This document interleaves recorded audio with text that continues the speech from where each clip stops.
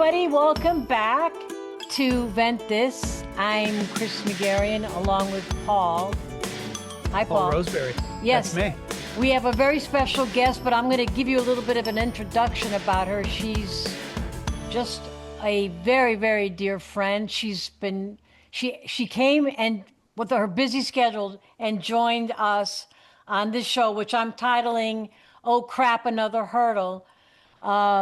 My good friend was the executive producer of Days of Our Lives. She directed and produced General Hospital. I know I'm going to forget something because she's done so much. She directed Young and the Restless, Bold and Beautiful. And because she's so talented and beautiful, CBS has asked her to direct the brand new CBS soap opera, Beyond the Gates. Please welcome my dear friend that I look up to till this day, Shelley Curtis Litvak. Hi, Shelley. Hi, guys. Hello. Nice to be here.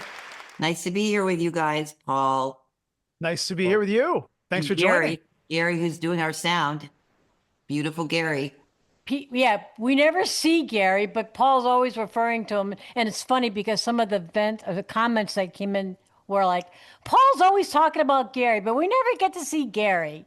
So one of these days we should just put him on and so people can see who he is. We'll have to build the proper suspense. We got to get people built up into a frenzy. A frenzy about Gary. Yes. Yeah. Yes. Frenzy Gary.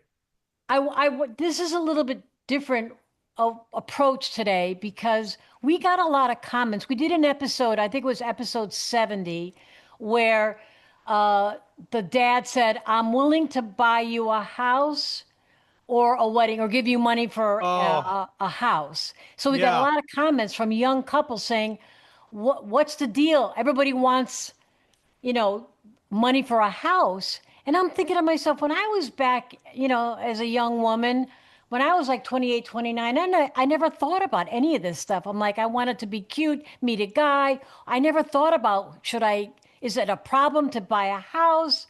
But apparently it's a big deal today.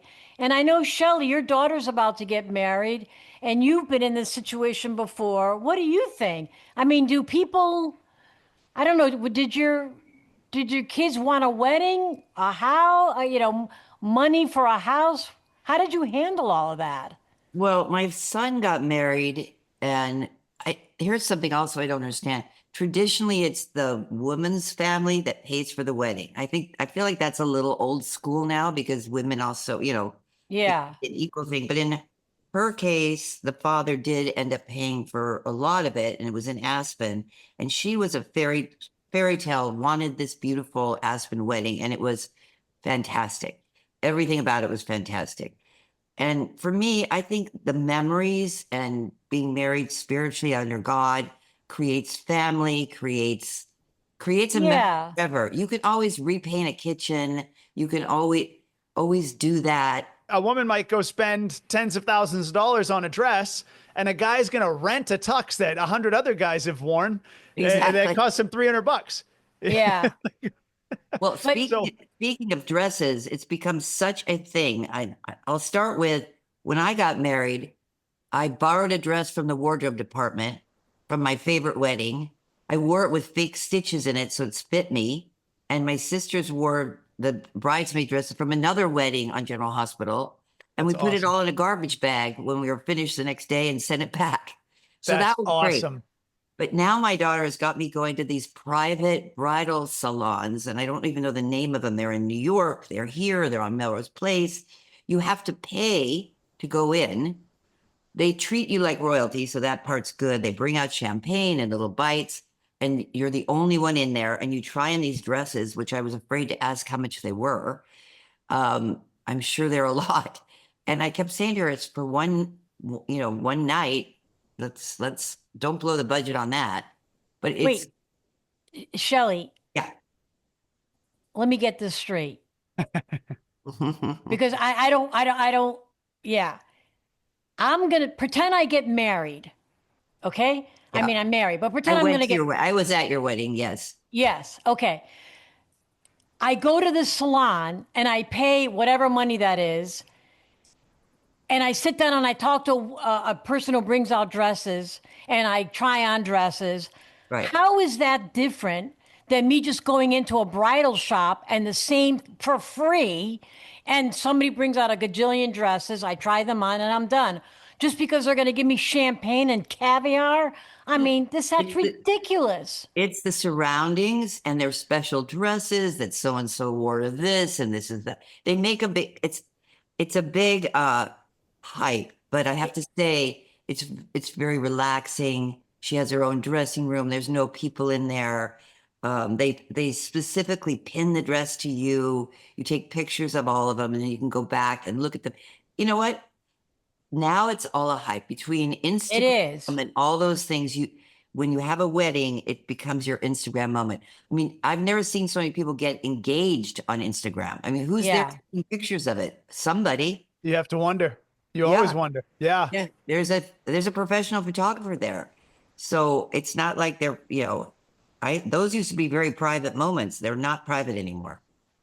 So No. it's just a whole nother ball game. I, There's I always don't a get it. way to up status anything. If you really want to sell it, if you really want to make it, it's marketing. I say all the time, there are very few companies left in this world. There are very few new products, but what there are marketing geniuses who know how to take, Chrissy, what you just described. You said you go to a bridal store, you try on some dresses, you pick the one you like.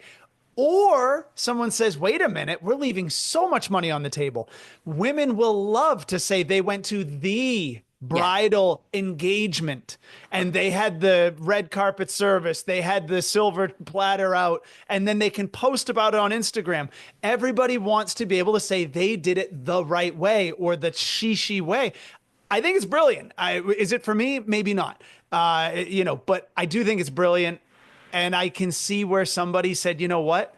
It's sort of like, Chrissy, you could say, hey, you want to have a steak? All right, I'll go to Ralph's and I'll pick one up and we'll throw it on the grill. Or we could go to Delmonico's and have the same steak, but someone brings it to us and it's done with service and it's. So bragging rights. Well, I also think it's like interesting. at Medeo's, they come and slice it right at the table for you. It's all brought up on a tray, and it says it's all about that. Not to mention, there's a wait list to get into these places. To the Love it. salons? Yes, No. yes. So we had to wait, and we had to get our wait list thing early. So and, what? and you know what? To go with that, I would have to wonder if in the beginning the wait list was even real or if it was just a brilliant Yeah. way to add. Because when you go to a Hollywood club in your 20s, you got to wait outside for 45 minutes with 200 other people. You get inside and there's just two bartenders and Nobody Yeah. there. there's no one. It's an empty Ridiculous. warehouse. But when you drive by, you go, oh my God, that's the place to be. And it works. It makes everyone else say, all right, we're going to start there. We're going to end there. So, with what you're saying, if I was to go with that concierge service, I mean, it's like concierge doctors. Yeah. Now you can have a concierge doctor instead of just popping into a clinic. You can pay a doctor a retainer monthly or annually to Almost be. every doctor. I can Yeah. tell you that you don't get as good a service sometimes because they're not out there and talking to all the different doctors because they're in there. They want to keep in their bubble. I know a lot of friends who have not just one, two, three concierge doctors because they want to make sure they're getting all the opinions. And They're hypochondriacs. yeah, well, Well, they heal faster. No, They my heat- husband will tell you the wealthier you are, the worse service you get. Because these people say, oh, this is this, and you need this, and that. And they don't need all that. But I have like a- friends. I like a- personally like won't go to mechanic. a restaurant unless I have the doorman's text phone number. I won't go. So I have to text them and say, I'm coming in with 4 friends. We're going to walk right through the door, and I schmeiss them $100 every time I come. This could be like a business where, I always thought it was interesting when restaurants subbed out their valet services. Yeah. I wonder if there could be a business of subbing out your concierge. Yeah, I of think there subbing- might be, I know some people who have people they call, but for me, like if I want to go to Nobu Malibu, believe me, I'm getting a front table on the patio right on the ocean. And I just went there and a waiter said to me, do you need a menu? And I said, does this table look like it needs a menu? Oh. He goes, and he said to me, this is pretty high priced real estate, this table. I said, okay, so what's the special in the kitchen that Gregorio's making today? I even know the Gregorio. chefs. So Wow. and then I joined private clubs. My husband says I would join Nate Now's if it had a wait list. So you fall for it, Shelley. Yep. Basically, Shelly, you're letting us know there is a concierge way of doing anything that it is you really want. And, and if you don't know about it, well, you got to ask yourself why that is, really. Let's be Yeah. honest. Let's You be gotta, honest. Come on. I did ask them how, like a normal person, I mean, because I've gone to Nobu forever, so I know everybody. But they like said, a if you want, normie, we could call them a oh, normie. yes, That's what models call non-models, normies. normies. So, yes, Normies? if the normies want to get in, I said, how do you do it? They said, well, you come and you sit at the bar, do that 5 or 6 times, look who's around, start to make friends with the girls at the door, the men at the door, get yourself known, start to schmeiss a little bit. Eventually, you'll at least get to the sushi bar. Then you want to move to the better tables. You start to watch that area. Oh my This God. is It's a like Fight whole, Club. You got to stand on the front steps for days with no one letting you in exactly. before someone It's finally says, "All worth, right, it's you're worth committed." every minute of it to You, just you know watch. what it sounds like? Uh, Hello, when you go to Vegas and these women are sitting at the bars, what are they trying to do? Inch their way up. That's what this sounds like. No, this is mine is to inch your One way, inch at a time. but Good I'm Lord. already in. What? Stop, Paul. No, I know you're already in, Shelley, but I mean, it sounds like, you're moving up in a business. Oh, well, beginner is the bar. Well, you know who started this? Spago started this, and the real concept behind it is, if you go to the restaurant and you are a real customer, that's what they want. They don't want tourists coming in on a one-off. They want regulars that they can pretty much count on Friday nights, Saturday nights. It's just Yeah. it's actually brilliant on their side because they just don't want looky-loos coming in. They want people that are going to be Mm, loyal. Yeah, and if you're an owner, you better be there. yeah, You of you course. means a lot to the customers. And I think you should be fat if you're going to be a restaurant owner. I think it's important to be fat. you know, Absolutely. well dressed, not slovenly, but fat, Yeah. so that people trust. Okay, this guy can't get enough of his own food. All Yeah. right, I'll drop my metal credit card and not ask what you put on it at the end because And it's going to be also, good. it's good when the chef is fat. Because I like, see, if a chef Definitely. comes out and he's too skinny, I'm like, No, gone. exactly. You got I'd to see jump this right in the guy. ocean from Nobu. I would swim away. Yeah. I feel the opposite. I feel like if they're thin, those people look gorgeous. I'm eating what they're eating. Ooh, okay, I see. Because you don't want it I don't to want make you fat. I too see. much Wow. salt, too much butter. No, no, no, no, no, no. I Well, think not too much, but a little salt and butter making me hungry right now. Yeah. I think if I were to do it all over again, I would prefer to have a wedding. My daughter will be, oh my God, that's not right. You should have money for a house. But I would, it's exactly what you said, Shelley. It's the memories. You want to just look back on that day 20, 30 years from now and go, wow, remember this, remember that. And I mean, I know a lot of people can't afford a house. I get that. I get that. But a wedding is a memory that, even if it's small, even if you've got like 20 people at a restaurant, I think people should celebrate that day. And I like what Paul said too. You said this a while back, Paul, that, it should be a celebration 20 years from now because You remember that? I do, You because I remember that? thought, tell Shelley that, because I thought that was brilliant. Yeah, so my only real qualm with the wedding is that it's a little preemptive. Maybe you've known someone 9 months, you get engaged, you're married at a year and a half. You have no idea where this is going. 2 years prior, you wouldn't talk to this person on the street. Now you're going to share a social security number and credit cards. It's a big gamble. I say have the wedding at 10 years, maybe 20 years. 20 years then it's a celebration of success. If your football team, the New England Patriots, wins the first game of the season, you don't go planning a Super Bowl party. You have Right. no idea where that season's going to go. It's a little nuts. You get 1A in college. You don't start planning your graduation party from law school. I say wait until you have a track record. You've been crushing it. And then you go, hey, let's celebrate what we've done, not what we hope. I don't know. I My just think husband there's a would little not marry me 20 years later. I like to suck him in. I suck him in right now. I'm obsessed with him. And if he leaves me, I'm going with it.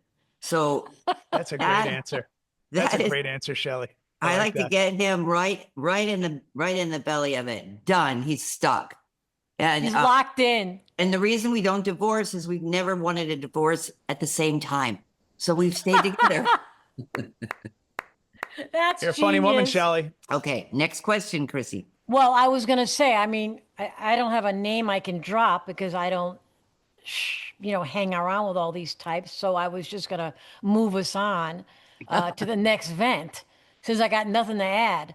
So why don't we play, why don't we play the next vent? Wait, Loretta, hit it. Check this out. My sister just got engaged and her fiance gave her a huge rock. I don't like the guy. He seems sketchy, but she's in love with him, so what can I do? From day one, I didn't like him, and my sister knew it. I never told her. She just knew from my actions. She took the ring off to do an errand, and I examined it, and it's fake. She didn't see me checking it out, but it's as fake as a counterfeit dollar bill. What the hell do I do? Oh, God, that's embarrassing. Jesus. That's where I was actually going to go with it. I was going to say, if you really think that this guy's sketchy and he got her a giant rock, then find out if that ring is fake. But I'm like, how would you ever do it? It'd be such an awkward thing to say, hey, let's go see if the ring is real. They've already got the evidence. I don't, is this person, I wonder, is our listener a jeweler? Like, how did they know it's fake? Does it say Toys R Us on the back? I don't know. But You could look at it with a loop. Like if you had a little loop, you could look at it. okay. But here's what I would do. What you I got? would go to a top jeweler like a Martin Katz in Beverly Hills and say, let's look. Another name drop. I want Sorry. to help you. I want to help you look for your wedding ring. Let's go for fun as sisters and bring your ring so he can match your wedding ring to it and let the jeweler tell her. Wait, so first of all, Shelley, yeah, lean in. This is her brother, not, you said sister? I thought it was, Whatever, whoever it is, Sis- sibling. Yeah. isn't it? Yeah. But I like that. That's a good delegation, Shelley. Yeah, because then you don't have to be the one to say it, but maybe, just maybe, she already knows it. I Well, don't you'll be able to think get the so. reaction at that point. You study the reaction and Yeah. just be ready with like an A-B option. If she looks like totally surprised, then you go with the, oh my God, what are you going to do? You're going to get rid of him. And if she doesn't look surprised, well, you know what? She might not even go. Exactly. That's what I was thinking. But there's also something called the lab grown diamonds that are becoming very, very popular. They grow them. They're lab. Yeah. And just recently, I read an article about a jeweler who combined a lab grown with a real one and sold it for several million as the real one. And he's going to jail. No, but I thought Wow. lab-grown diamonds were equally as, not maybe as precious, but they're considered real diamonds. They They're are, not, but they're not as expensive as the real diamonds. but they're not like zirconia. No, exactly. You can pass it, but he combined a real diamond with the lab grown and sold it as a real diamond. They're much more expensive. That's Well, how he went to jail. I think we're kind of, staying on topic here because Chrissy, as you were saying, it's kind of like going to a bridal store where you walk in and you do everything yourself, or you go to a place that's concierge. There's a different, even though technically it's the same thing, the story is entirely different because I mean, that's the problem with these lab grown diamonds. They are the same. But if somebody knows, look, there's no reason to spend 3 months salary, 6 months salary on a diamond because it's not technically functional. You're not going to use it for anything. You can't live inside it. You can't eat it. It's for the story. It's for the notion. It's for the prestige. And if you go and have something that's man-made that everybody knows is not this unique, crafted from outer space, or maybe it's gold comes from outer space, whatever, by the earth and cut by a professional, it's just not going to feel the same. It is the same, but it doesn't have the same vibe, and it Yeah, but ruins the value. It Well, tanks. It tanks the here's the value. thing. wait, I would wait, like to Shelley. wait. I would like to have both because one I'd like to wear like when you're on vacation. So Sure. God forbid you lost it. The one thing about a real diamond is they do go up in value.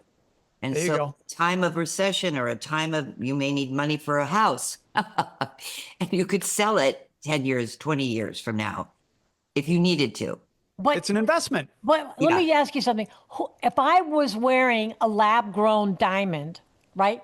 Who's going to know except me? Right. So who Well, cares? here's the thing, Chrissy, because I don't know if we talked about it on here. I had a friend whose sister one day I walked in the living room. The sister was buying a fake Louis Vuitton handbag for $180, almost 200 bucks. And I said to her, that's the worst thing you could possibly do. She said, why? I said, because for one, you can't afford the $7,000 version of what that bag really should be. So now, if you wear that around people who can afford the $7,000 bag, then they see you have yours. They're going to go, oh, we should hang out. Why don't we go to Aspen this weekend?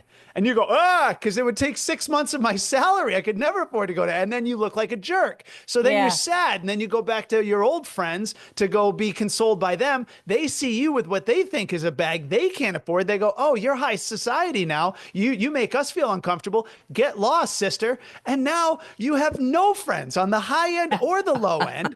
And you still don't have a Louis Vuitton bag and you're out 200 bucks. Well, the It's worst the case worst scenario, decision you could make. no, the worst case scenario is your rich friend takes you to Louis Vuitton. You've got the fake one on, and they take it from you. They can take it, Oh, right? That's called counterfeit. So they can walk right up to you and seize your bag. How would that feel? Terrible. Very embarrassing. well, at least you'd have a good humbling story to tell your original blue collar girls. When You might get your blue collars back. You might get them back with your sad story. But I think that's a faster way to lose everybody. I think so too. I think so too. But Shelley, what about this? Because sometimes I've heard of celebs talking about they'll intermingle certain things. Like they'll wear, maybe a $3,000 sweater, but fake diamond earrings. Because like you're saying, maybe you don't. What if you're gonna be someplace where you're moving around? One could fall out. You don't want to. I'm really all risk. for that. I call that high low. There we go. You wear, like, I'll get a beautiful, tight fitting Amazon dress for $89. Yep. And I wear a Chloe coat, a little short jacket over it that cost me $2,000. And Sure. maybe, I wear this, I have the same earrings, but which I've lost and found a million times. Like I searched through carpeting to find them. But, Hey. so I call that high low. And I'm a big fan of high low. Mix Okay. and match. Yeah. Yeah. Yeah. Okay. Something that's inexpensive, but then you zhuzh it up with something, even a pair of earrings, but a little jacket or something. And everyone's like, oh my gosh, is that an Alaya? And I go, no, it's Amazon, but this is Chloe. I tell Love the it. truth. I don't pretend I'm wearing. In fact, one time I said to this lady, she goes, I love your outfit. And I said, oh, high low. And she said, I've never heard of that brand. But You she learned a explain story. it? It was, No, no, I didn't. Cause she was just so thrown that she didn't understand. She never heard of that brand, high low. it was funny enough just to leave her with it. Just let leave go her with Google it. Let her Let figure her it out. start, let her Google it. Well, one, I one don't- time my wife and I lived in New York City, and her father came to visit, and we took him down to Canal Street. And the reason was because he wanted to get a fake Rolex. Now, he's got a real Rolex, but when he goes fishing, sometimes he doesn't want to wear a $10,000 watch in a creek. You slip and fall, you crack over. it. Why would you do it? So there's the guys on the street, they come up to you and they show you these fake Rolex. They're total garbage. They're 20 bucks, they're 50 bucks, whatever. Total garbage. But once we said they were junk, they were like, oh, you want the good one? And we were like, yeah. So then they took us in an alley. They actually told us to go down this alley. It's fortunate it's daytime. We wouldn't have gone, if it was dark. We go down this alley and another guy comes out of a building and he had amazing fake Rolexes. Now, her dad was wearing a real Rolex. So we held both and we're like, for 200 bucks, then you Yeah, gotta it had the weight, it had the smooth oyster perpetual hand. It was unbelievable. it's So crazy. yeah, to your point, if Crazy. you're gonna go fishing or, Yeah, wear the fake. someplace, Also, it's the weight is everything on those watches. The definitely. what? Yeah, it The felt like a weight, grenade. the weight. Oh, They probably just taped a quarter to the inside of it, but nonetheless, Exactly. That's funny. Maybe they did. Yeah, I that's don't think we pretty good. helped this person though. Like this guy, the poor guy doesn't know what to do about his sister's zirconia ring or whatever the hell Well, it you know is. what? I would search down another avenue than trying to prove that he had a fake ring. I think I would Oh, I do a deeper dive on him. 'Cause okay. maybe they both agreed about that ring, or yeah. that's kind of the least of it. But if you do a little deeper dive on who he is, what he is, that's kind of easy to do. And Okay. and I would do that. And I wouldn't Yeah. confront her. I would tell him. I wouldn't want to hurt the girl's feelings. I would Wait, go you to would the tell guy. him. Yeah. I'd, Well, Interesting. I'd but say, so what are you? what would you tell him? I'd say, what are your intentions? I would actually be honest with him. Say, I know that, I would just tell him that my suspicions, but I would have a little more to go on. And I would ask him if he knew does she know that that's a fake ring? Because you don't want her to do what you were talking about. Go with some fancy girls then they go into a jewelry shop and the guy says, "Oh, Yeah. look at your fake ring." Because a Oh, jeweler can spot that in 2 seconds. yeah. What if, what if the ring was intentionally given to her as a fake in case, God forbid, she loses it and or something happens Or to she it? dumps him, or she calls off the wedding and then he's like afraid that he's out 50 grand. Like Well, Well, typically, if you call up a wedding, you're supposed to give back the ring. you But yeah. should, but he's a you sketchy should. guy. He sees the worst in people, maybe. But then what I if don't he know. says to the brother, if they have this private conference, discussion, hey, dude, I have a real one. So I gave her the fake one for now, but I'm going to give her the real one on the wedding day. The brother's going to feel like a schmuck, right? If that should happen. Well, No, No? he's looking out for his sister. Yeah. All yeah. right.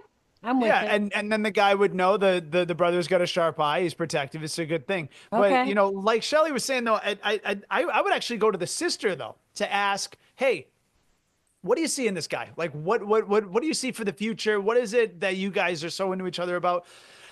Maybe they're into some Bonnie and Clyde kind of crazy lifestyle. Maybe they're into some wild stuff, and like you said, maybe she knows. Leave him Maybe Yeah, she alone. knows, and she's like, I don't care. We like to party. We're crazy. We do wild stuff, and you know, yeah, yeah. yeah. She could know. All She right. if she knows, then that's a whole different avenue. Yeah, Well, good luck to this, the brother, and I hope it all works out. And, the guy ends up being a good guy. So if you let us know what happens, keep us Yeah, we're posted. curious. Yeah. yeah. Yeah, I let am. us I'm know which very way you go. curious. Yeah. We've created like 4 different pathways here, so we want to know which way you went. Yeah. Yeah, I would love that. Yeah. Should we do our last vent? Yeah, All right, let's go for it, Loretta. Go, girl. My boyfriend and I are going up to see my parents for the weekend. We've been seeing each other for over a year, so you guessed it, we sleep together. I told my mom that Greg and I will sleep in my old room, and she got very upset and said she will not allow that in the house. Isn't that hypocritical? I mean, she knows I stay at his apartment, so what's the difference? I haven't told Greg yet, and I'm a bit nervous to broach the subject. What do you Ventthis think? Signed, Alone at Night. I just want to say this real quick.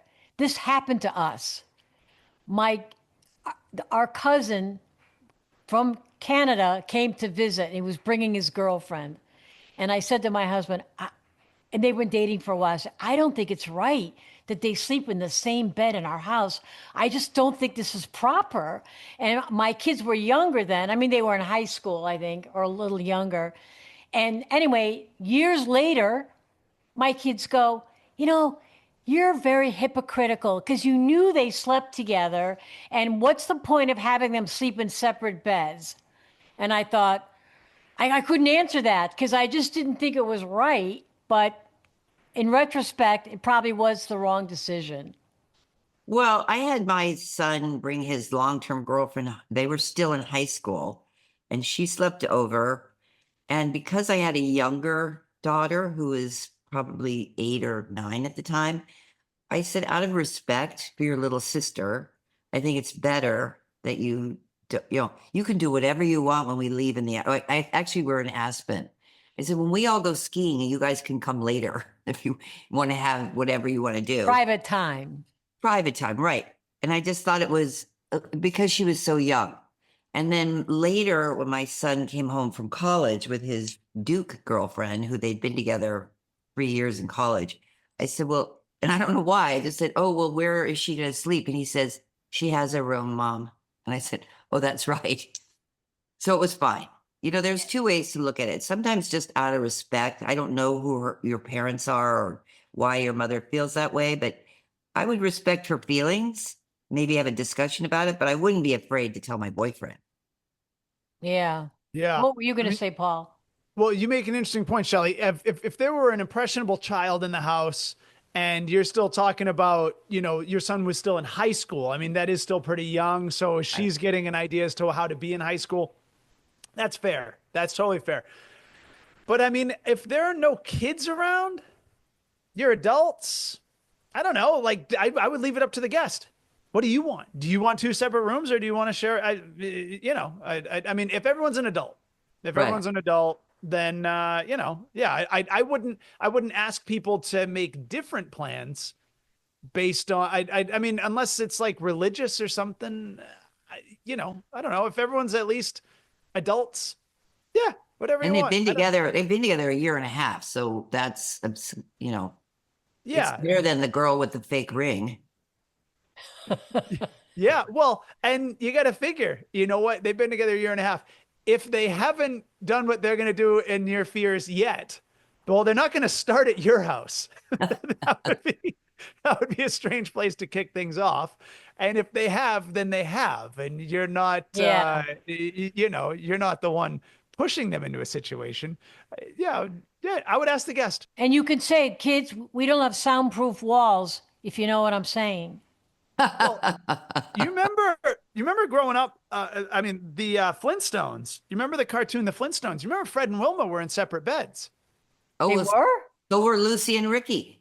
How They about were? that? Yeah, No, they were These they were in were the same family room, but shows. they had, separate beds. Separate beds. but Fred and yeah. Wilma, Barney and whatever his girl, I forget. But yeah, they were in separate beds because these were for kids to see. And like I said, Well, Lucy was a family show. yeah. So On a parents side don't want note, to. when I was young, I used to see those separate beds, and I asked my sister how people got pregnant, and she said the sperm crawls across the floor. Yeah, That's what I actually, yeah. I actually believe that, and I used to lie in bed at night and think about shag carpeting, how difficult that would be. Oh, Have yeah, it shag could get carpeting in a lost. bedroom.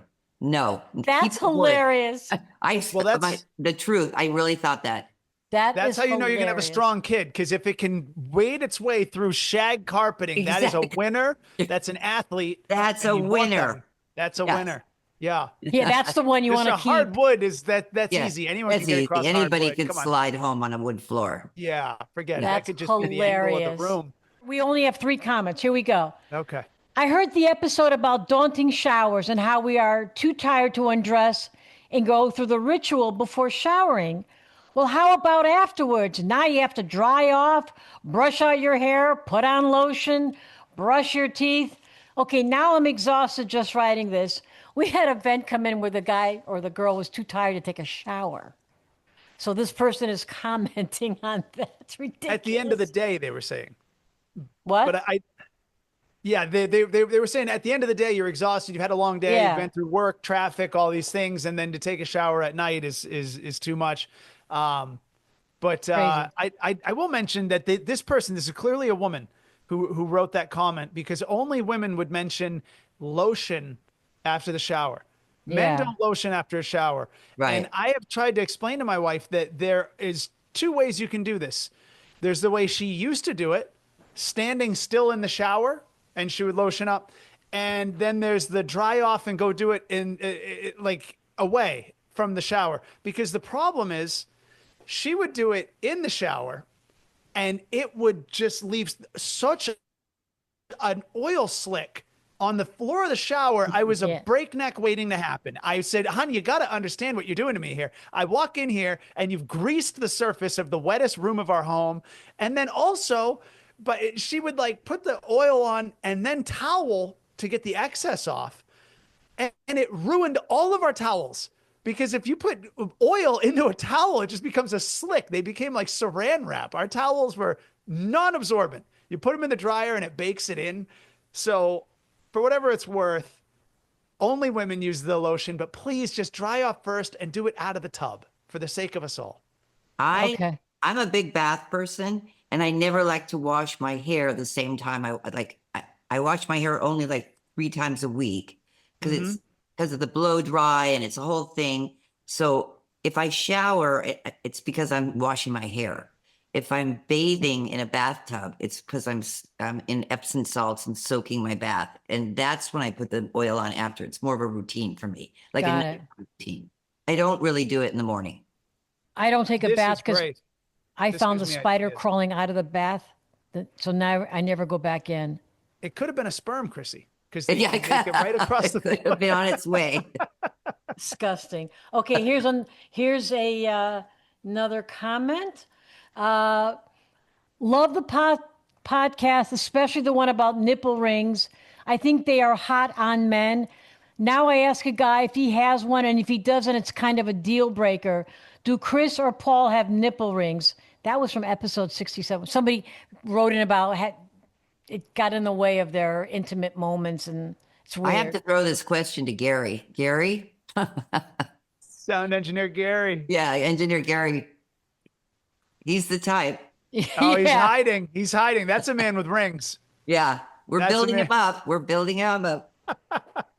I don't have a Gary nipple just ring. flashed us because he's not on camera, so you don't know what we saw. He has massive rings. They're connected by a chain, and it looks like there's he's got Pretty a whole kinky. dungeon going on. Pretty We good. didn't know. Gary, Wait till you meet Gary. man, he Nipple wears a rings shirt and and all. tie, but that's what's underneath. How about that? Yep. All right, here's the last comment. I tried texting my vent, didn't go through. We've had this before. People, you can text your vents, but you They're just, saying it's you can't. 818-570-2535. That's the number. Text it in. We'll get it. Try it again. And subscribe to us on YouTube. Give us a thumbs up like Shelly does. And thank you. And we're on Instagram, so follow us. So, we love you. Just Hey, I do want to mention that I like that listeners' persistence there. The text didn't go through, but they wrote to us. So I like that they stayed Right. with it. I wish they had written also what their vent was. They were right there. You could have just Yeah, put it. there you were, exactly. Come on. You know what I mean? Way to drop the ball at the 1 yard line. We're going to have a lot more to talk about. But thank you for listening and for trying to reach us in 2 different medias. That's awesome.